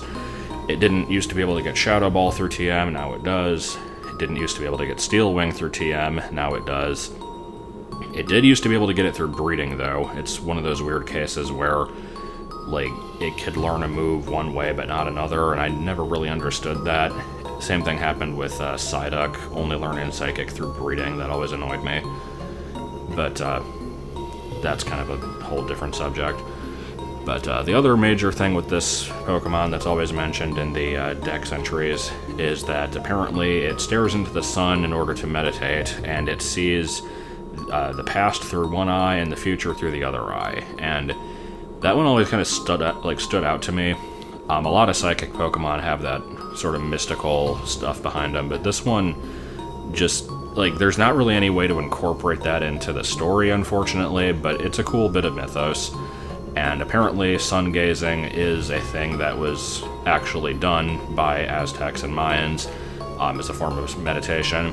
Sounds like probably not the best thing for your eyes, but if it worked for them, then who am I to insult it? Electabuzz is one of those Gen 1 Pokemon that isn't really based off of any one thing specifically, or at least not, like, super recognizably. It is pointed out that it shares several traits with the Oni, which is just sort of a Japanese monster or, like, ogre, but the Oni apparently has, like, a lot of different, like, appearances, and there's not really any one specific design that it usually has, so I'm not really sure if that's what they were going for, or if they were just kind of going for generic monster, what is electric, and has electric powers, and has a name that is basically just, look at me, I'm electric. Even the Japanese name does that, because it's Elaboo, and Boo probably comes from Boon Boon, which means buzz. So, yeah, basically just electric monster. There's a lot of electric types that have elec or something like that in the name. They're really kind of overly generic with that, honestly.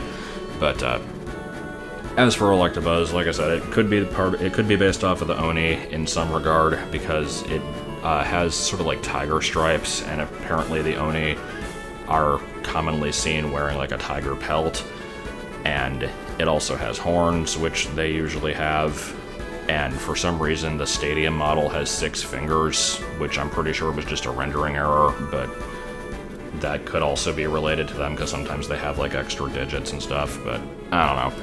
Like I said, it's basically just an electric monster.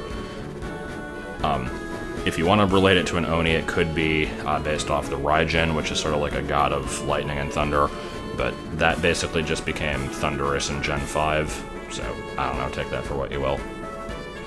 Anyway, it is a counterpart to Magmar. You could argue part of a trio with Magmar and Jynx, but I feel like Jynx isn't actually part of that trio, and we'll probably talk more about that when we get to Jynx. But it and Magmar are definitely counterparts, because they have a lot of things in common. They're usually opposite version exclusives. They learn a lot of moves at the same level, that kind of stuff. And in Gen 1 specifically, like one was in red, one was green or blue. Neither of them were in blue or yellow, so they were actually only in one game out of the set of 4, so they were fairly hard to come by. And just kind of decent late-game single-stage Pokemon. Nothing too amazing, but usually pretty decent.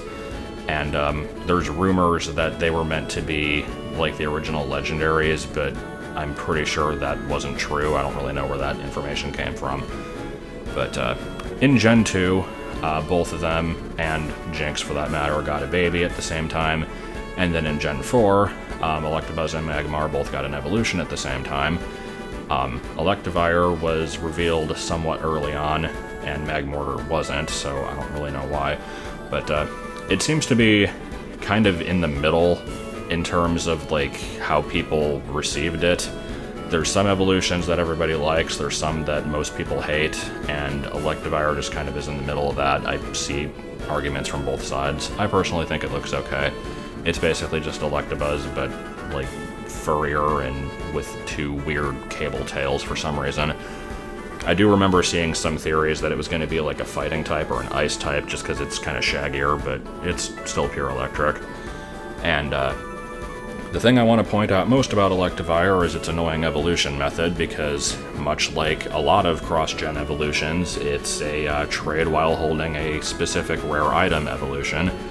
In this case, the Electrizer, and in Diamond and Pearl, where it was first introduced, the Electrizer was not in the game at all. You had to get it, like not in the base game.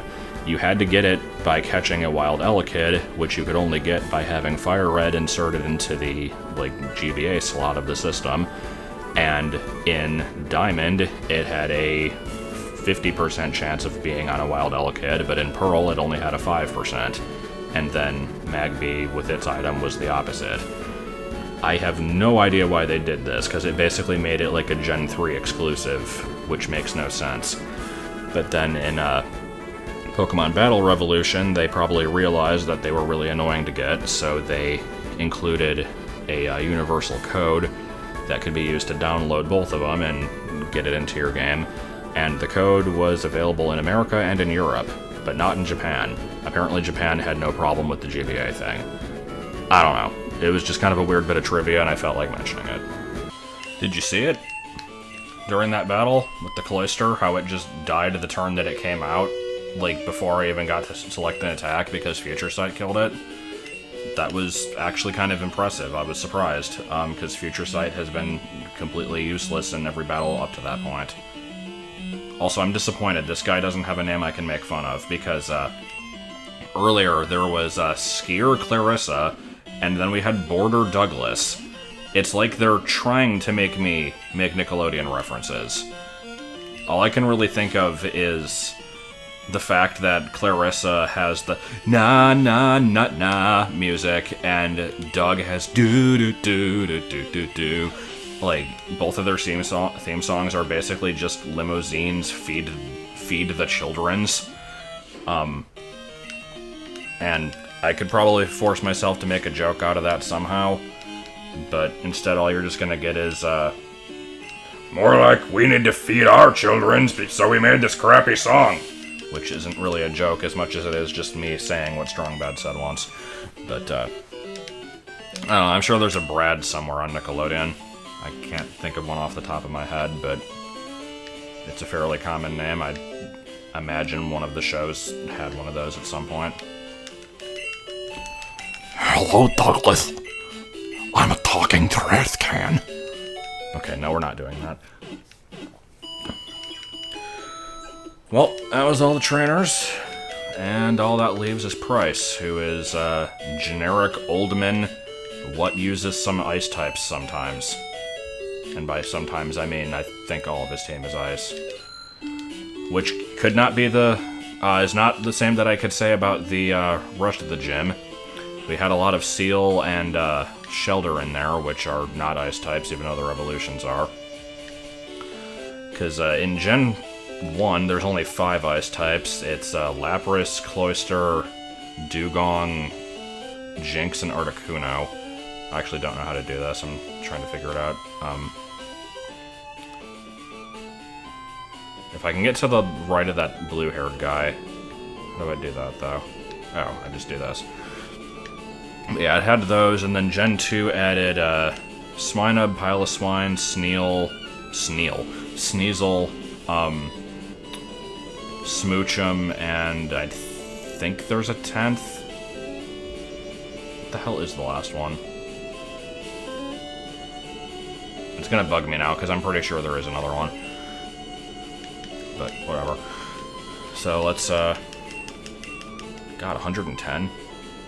I guess it was 102 at the beginning. 8 isn't that many.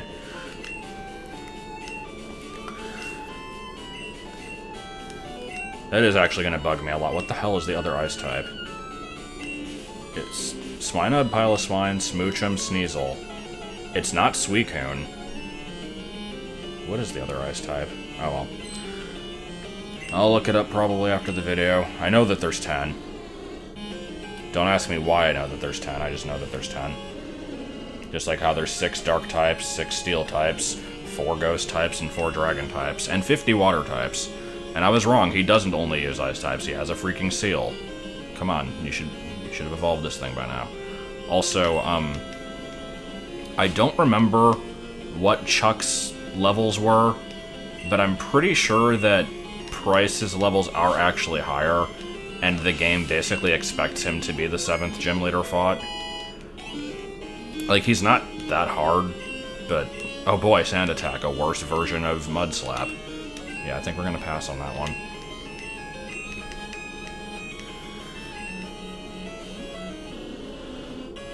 I like the face that Dugong makes. Anyway, let's go ahead and prey on that water typeness. Take an Aurora Beam to the face, hopefully not get too damaged by it. Didn't realize it made that sound effect. That's like the Aeroblast noise. And probably Hyper Beam. I remember it from Aeroblast though, because I used Lugia back in my old Silver playthrough in 2000, and it has stuck with me all these years. Icy Wind is apparently psychic. Also, I never remember the difference between Icy Wind and Powder Snow.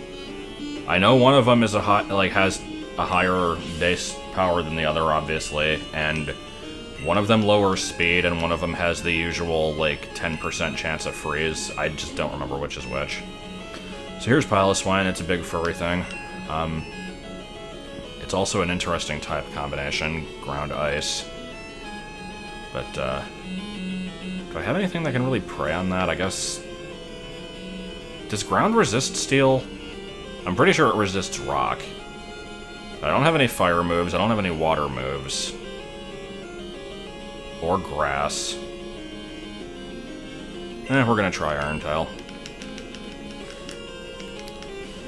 I never remember, like, what Steel's, like, offensive weaknesses are. I am pretty sure it's bad against water and electric, but I never remember if it's bad against the types that are good against Steel, if that makes sense. Like, I know that ground and fighting beat Steel, but I never remember if Steel is neutral or bad against those. I guess we're gonna find out. Mainly because I never use Steel types, and it's not a great offensive type to begin with. Okay, I guess it is neutral, because it's super effective against the ice and didn't get cancelled out. And it's dead in one hit. Good job, Piloswine, you were a credit to your species. I mean, granted, it was a high power, super effective move from a thing with a high attack power. So, whatever. You are worthy of this badge. Sent some to Mom. Chloe received Glider badge. That badge will raise the stats of Poke. Okay, I'm gonna stop doing that. If I did that every time, it would, frickin' kill me. So, I drew no attention to it when it happened, but Lance gave me the Whirlpool HM. Like, after I beat the Team Rocket basement, and this badge gives me the ability to use that, which, okay, so Icy Wind lowers speed. But yeah, believe it or not, that is actually going to be relevant here. As soon as I leave, we're gonna get like, oh no, stuff's happening! But, yeah. Let's go ahead and actually listen to the radio. I want to see what's going on. It's probably just, oh my god, Girafarig, we want you back. We don't know what to do. We made some Magikarp evolve, and I'm not really sure why.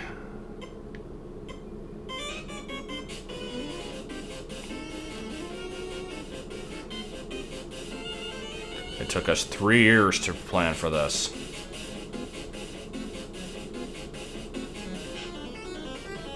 We did it!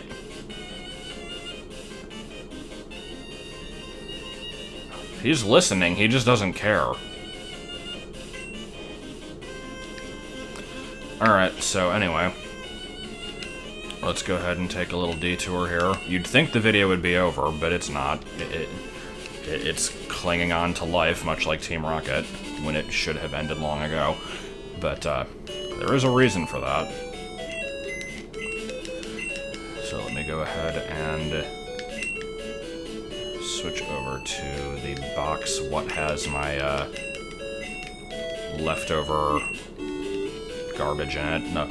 Wait, actually, shit, what is in this box? Is this the Magnemite box? No, okay. Yeah, I need you.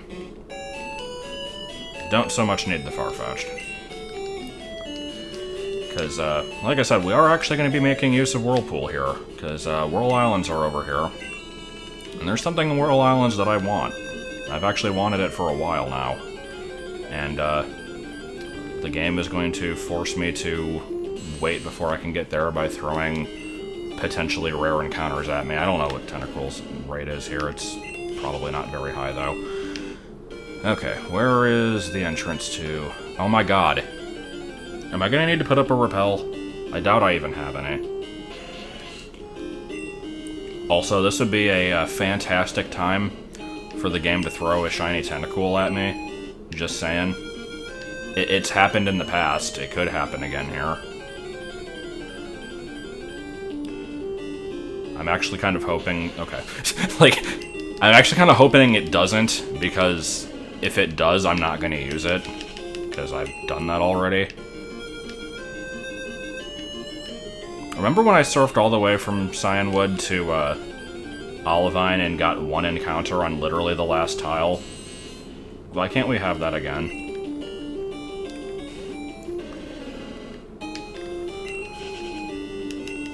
Come on now.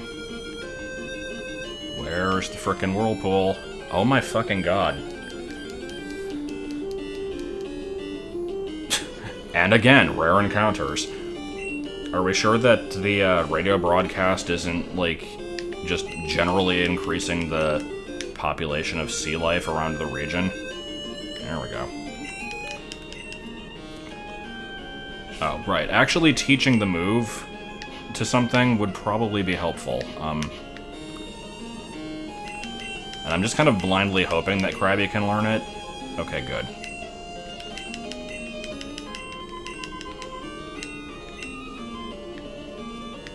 Oh. I forgot about that little detail. Shit. I can delete Rock Smash because it's not an HM, but then I'd have to get the TM again. See you in a second when I get Gyarados. Oh, wait a minute. We're not going through that whole thing again. I'm going to fast forward. What the hell? Ah, you fast forwarded wrong. Of course, that time I didn't get into any encounters, but knowing where the Whirlpool was and not circling around the entire thing probably helped a bit. Also, I lied. I wasn't getting Gyarados, I was getting Wooper. Was it ever explained how it gets rid of that? Because in Gen 4, Whirlpool... Oh yeah, that's where I needed to go. In Gen 4, it works by, like, shooting a jet of water out of the center of it that you ride across, but here it disappears. I always thought that you're, like, basically shooting water against the current to get rid of it or something. I don't know. Anyway, we are going in here, and the reason I got Wooper was so that I could use Flash.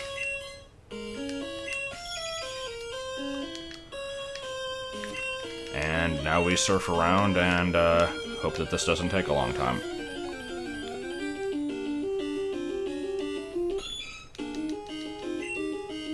And there we go. I did specifically want a female one. But, yep, this is a Horsey, as you can see. And, I don't know if this one was predicted to be my next team member or not, judging that I am going after Gen 2 stuff, and I wanted a water type, and, there's not many other, like, Gen 2 waters that I haven't encountered yet. This was probably a fairly safe bet. But, yeah. Horsey itself is not Gen 2, as I'm sure you're probably aware, but it does evolve into one that is, and it's a fairly cool Pokemon that I have not used and would like to, and I have access to it because I can trade, so we are going to try this thing out. And I have to hope that I don't kill it with Nightshade. Also, it just turned yellow. I guess it inverted its colors. There we go.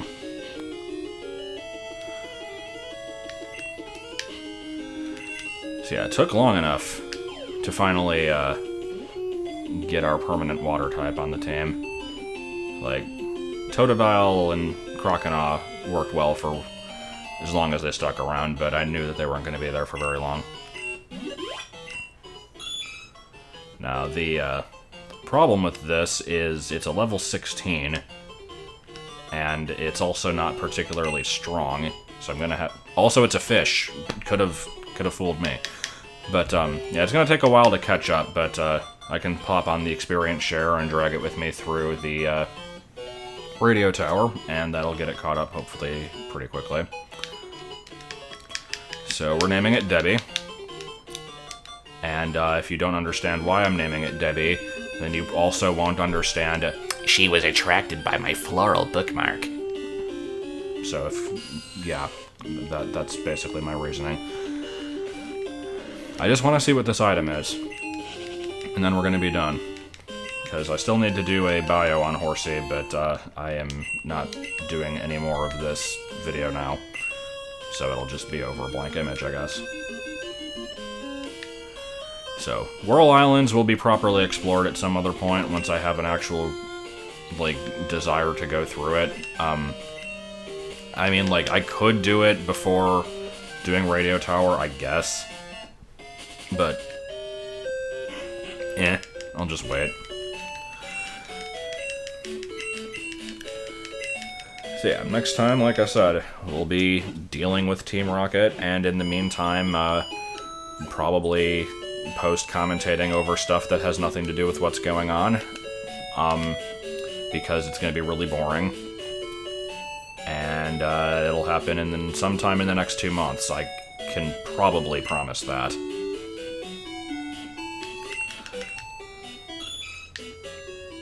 It's a good moveset you got there. I haven't actually looked over what Horsey learns naturally. I'm guessing just a bunch of generic water moves. I think Seadra gets Poison Sting, maybe. Twister, I don't know. But we'll find out. And I will join you in the future for that. To close this segment out, I'm actually going to be doing a making of a typical Pokemon bio, instead of just doing the Horsey bio by itself. I figure this might be interesting, and it'll show partially why I usually take so long to actually edit these together. Doing one of these individually is usually not so bad, but when I have to do a bunch of them back to back, it can be kind of annoying, especially if I don't have a solid block of time to really do it in without people around, because I don't really like to spend my time doing this when I can be doing other stuff, generally. That kind of goes without saying. So, when it's time for me to do one of these, usually what I do is I look up the Pokemon on a few different pages. This is the Bulbapedia page. I usually just kind of jump straight down to the trivia section, though I'll also look at the moveset and sometimes the stats and that kind of stuff. Here is the NeoGAF thread. I'm pretty sure I've linked to this, and I've definitely talked about it before, but this is just kind of a project where they've reviewed every single Pokemon. They haven't done Gen 7, but they have like a big write-up on each one of these. I try my best to not just kind of copy what's said here, but I'll read through it just to see if there's anything interesting worth pointing out. And then there's the Bogleech review, which are a lot shorter, but I'll always look at these also just to see if there's any kind of obscure animal basis, because a lot of times there will be. So, I'll read through all these, And then it comes time for me to actually record the Pokemon bio, which is the part that usually takes the longest, because I don't script these, I just kind of get a general idea of what I want to say, and then I'll do it as best I can, and usually restart it like 5 times, because I'm never happy with the way it comes out, and if I trip over my words too much, then I'll start over. So, I'm just going to try and do this one live. It's always good to scroll down to this section so I can see the Japanese name and its origin and that kind of stuff, because I will never know that kind of thing offhand. I have literally no reason to be recording this in this program, but I'm going to do it anyway, just for posterity, I guess. So let's give it an idea of what I want to say. This one's probably going to be really shitty, but we're going to try anyway. Horsey is one of about 10 overly generic water types from Gen 1, which all tend to be 2-stage families for some reason. I went through a whole bunch of these in a previous segment. We have Goldeen, we have Staryu, we have Shelder, we have Psyduck, and Krabby, and now we have Horsey. And as of Gen 1, there's not really a whole lot to make this one stand out. One of the moves that it starts with is Smokescreen, which is not an amazing move by any means. It's just basically Sand Attack, but it is something that is somewhat unique compared to the other water types, I guess. The reason it gets Smokescreen is because Horsey is usually known for squirting ink, which is not something that seahorses actually do. That would be a squid. And we already had Tentacruel, which was kind of a squid, kind of a jellyfish, but I guess they just wanted to kind of mix some animal ideas here, which is fine. It's better than just having a straight seahorse with no kind of, like, other difference to it. So, they did that, and that was about it. In later generations, it did start gaining some other dragon-type moves, tying into its eventual final evolution, but in Gen 1 it didn't have that. It was just Horsey and Seadra, so it was fairly generic. Seadra has a little bit going for it, not a whole lot, but we'll talk about that when we get to Seadra.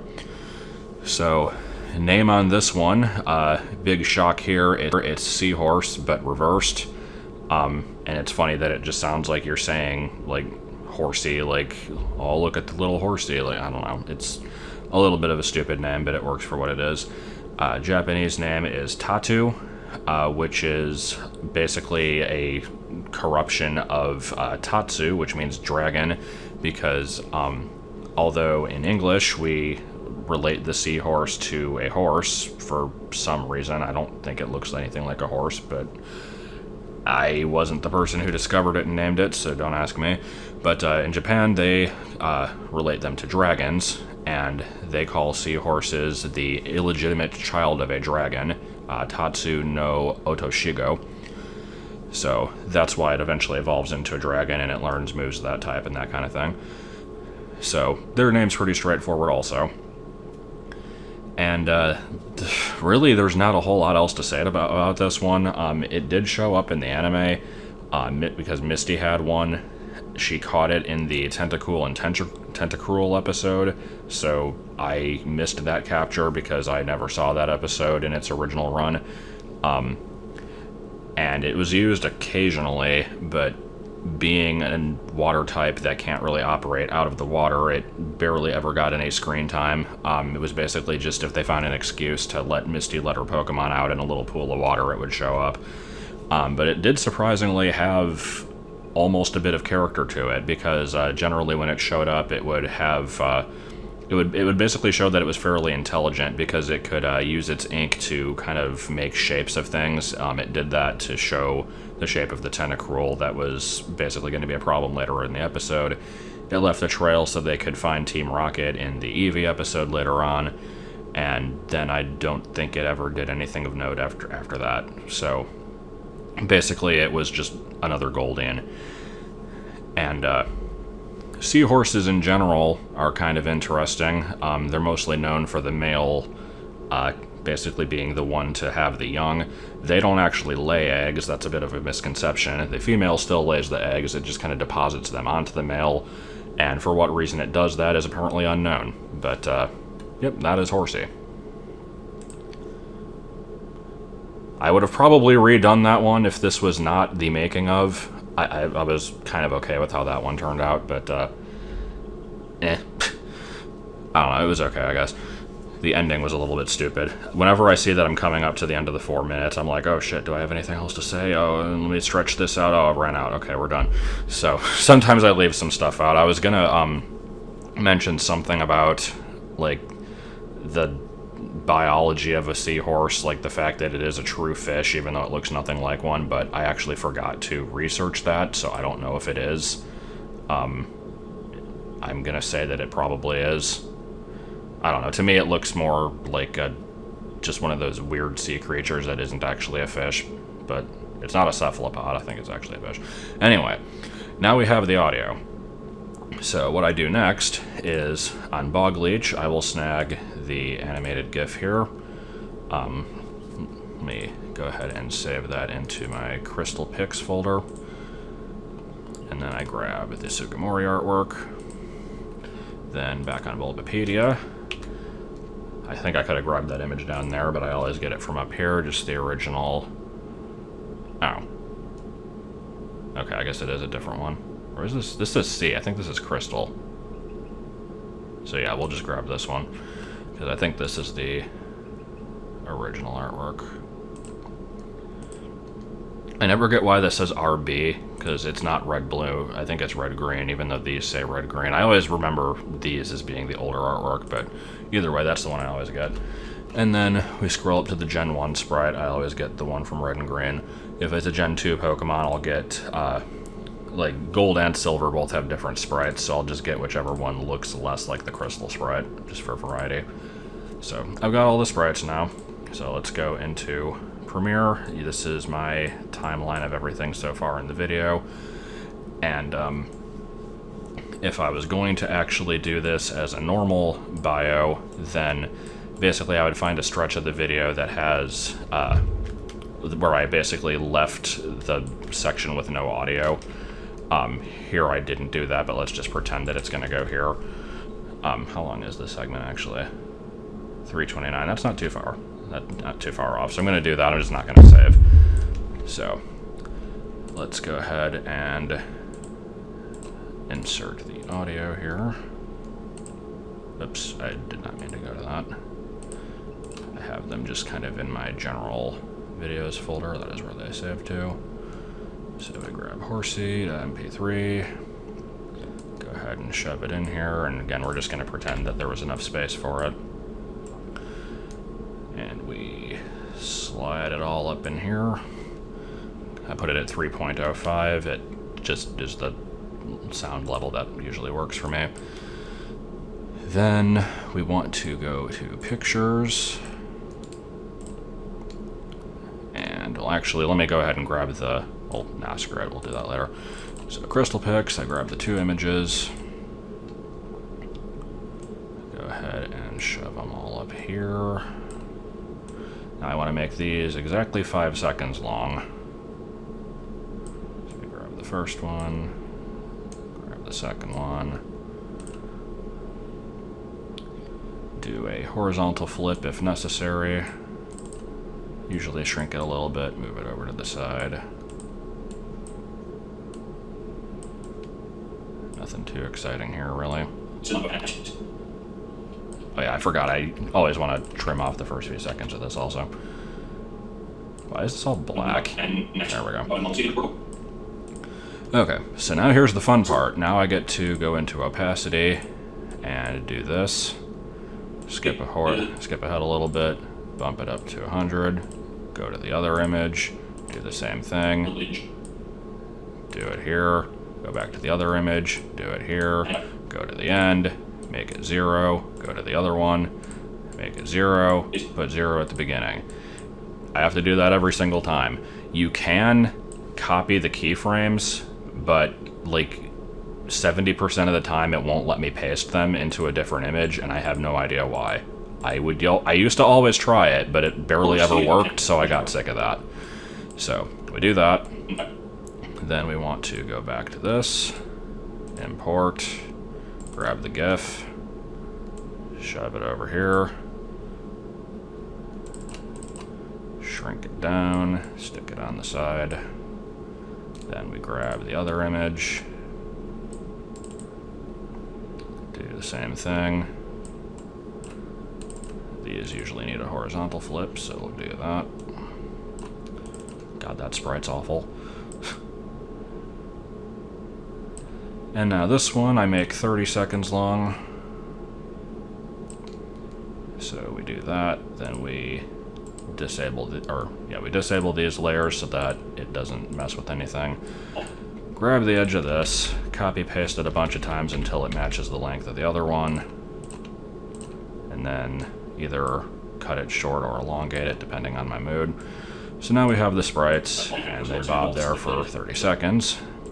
Now we're almost done, so let's go ahead and grab the music. I want the music to match the area that it's in, so let me see what the Whirl Islands music actually is. And the reason I got Whooper was... It's the song, which I think is... It's not Dark Cave, it's Union Cave, I believe. So we go into music. Import, let's go all the way back to my...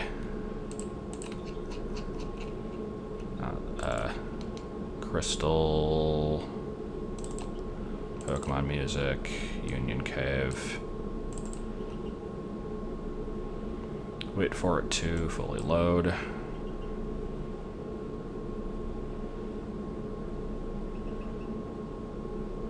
Okay, we're gonna pretend that that's done. Oh, there we go. Need to shove that at the end because otherwise it'll interrupt everything. We have to delete the actual visuals from it. Just keep the music. Reduce the music down to -16 decibels. Or usually -18 actually. Depends on the song. Stick that down there. Cut it off where necessary. And see how it works out. Horsey is one of about 10 overly generic water types from Gen 1, which all tend to be two-stage families for some reason. So yeah. That's about it. If I need to insert other images, I will do that as needed. And I guess my commentary is going over the outro. I didn't realize that. But yeah, so that is how I do a bio. Some of them are more complicated than others. And I have nothing else to say, so I guess I'll get rid of the editing that I just did and stick this somewhere else. I don't know. We'll figure it out. Goodbye. Horsey is one of about 10 overly generic water types from Gen 1, which all tend to be two-stage families for some reason. I went through a whole bunch of these in a previous segment. We have Goldeen, we have Staryu, we have Shelter, we have Psyduck, and Krabby, and then we have Horsey. And as of Gen 1, there's not really a whole lot to make this one stand out. One of the moves that it starts with is Smoke Screen, which is not an amazing move by any means. It's just basically sand attack, but it is something that is somewhat unique compared to the other water types, I guess. The reason it gets Smoke Screen is because Horsey is usually known for squirting ink, which is not something that seahorses actually do. That would be